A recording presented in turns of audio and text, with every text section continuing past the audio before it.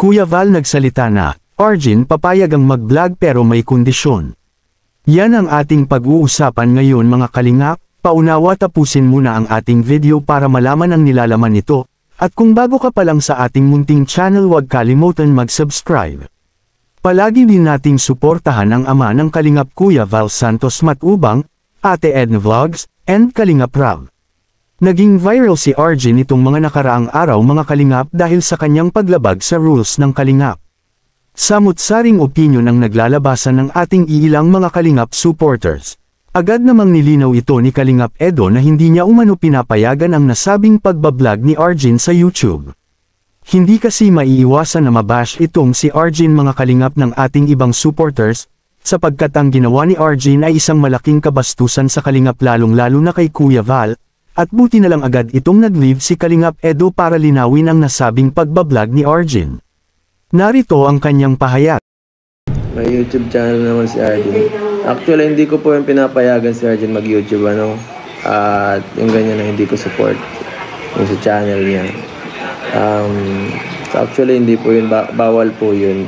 Bawal mag-vlog pagka tinutulungan. Kasi syempre, bakit ka mag-vlog? Diba? Tinutulungan natin. Ibig sabihin, hindi niya na tayo kailangan. So, dyan po tayo, medyo medyo against tayo dyan kay Arjen sa niya ngayon.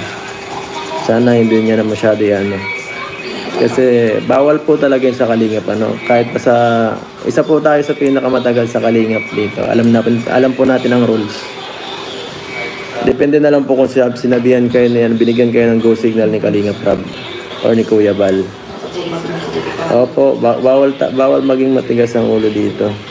Follow tayo sa rules. Ayaw kong maging issue yung mga ganyang bagay. Ngunit hindi pero naging maayos ang lahat at marami pa ring mga kalingap supporters ang nagtatanong kung anong parusa ba dapat ang ibibigay kay Arjen. Kaya sa puntong ito sinagot na ito ni Kuya Val, at dito sinabi niya sa kanyang live na pinapayagan niya umano mag-vlog si Arjen ngunit sa isang kondisyon. Dito na sinabi ni Kuya Val na kapag ang isang beneficiary ay gusto ng mag-vlog, bibitawan na ito ng kanyang scouter. Pakinggan natin ang kanyang pahayag tungkol dito. May nagtanong kasi po tungkol doon sa ginawa ni Arjen na pag-OYT. Okay lang po yon na mag-OYT po ang beneficiaries. Pero meron tayong rules po pagka nag-OYT. Automatic po yan, bibitiwan po yan ng scouter. Kasi mawala siya ng karapatan po. Dahil pag once na po yung isang beneficiaries po ay nag-YT, automatic po yan, may vlog ng iba. Unless, na special privilege yung pag-YT, hindi siya ng charity vlogs. Pero po yan, mahabang proseso yan mga kalingap. Mahabang proseso po yan. Dapat magpaalam yung mag-YT, yung beneficiaries.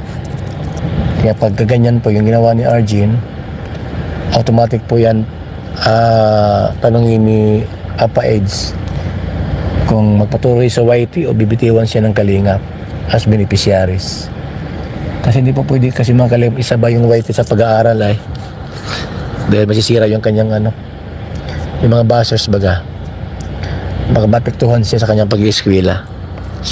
Kung kulang po yung kanyang tinatanggap as beneficiaries, pwede mo lang i-connect doon sa iba, i-connect sa amin kung ano man dapat idagdag na allowances.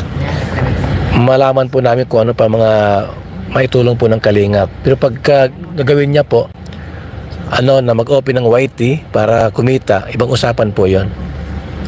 Pwede siyang bitiwan po ng content creator o ng scouter na humawak sa kanya. Kasi mayroon dito yung guidelines si Gayan.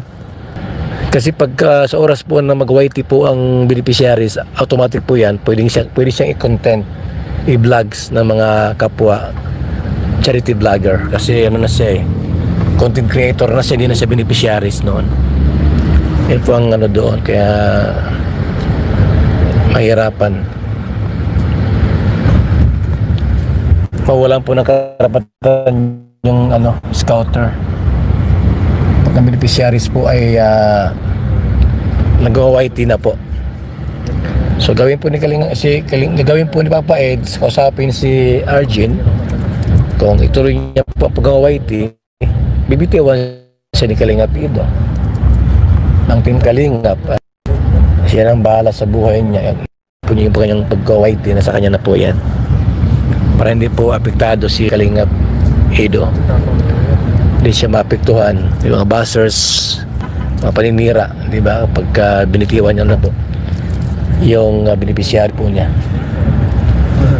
Dahil may danger po yan, mga Kalingap. May danger po yan pagka nag-YT yung beneficiaries. Medyo mayroong mga may mga bagay-bagay po na kuminsan ay hindi pagkakaunawaan. So kakausapin po yan ni Papa Ed.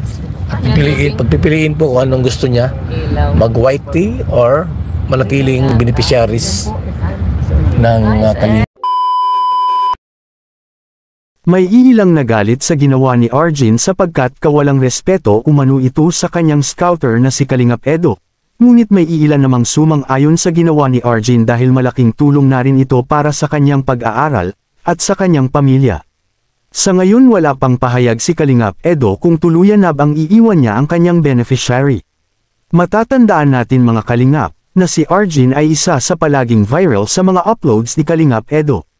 At sa ngayon barado na ang YouTube channel ni Arjun. Kayo mga Kalingap, ano ang opinion nyo sa ating video ngayon? Huwag kalimutan mag-comment sa ating comment section at kung nagustuhan nyo ang ating update ngayon mga Kalingap, huwag kalimutang mag-like and share sa ating video para mapanood pa ito ng ating ibang supporters. Muli po maraming salamat.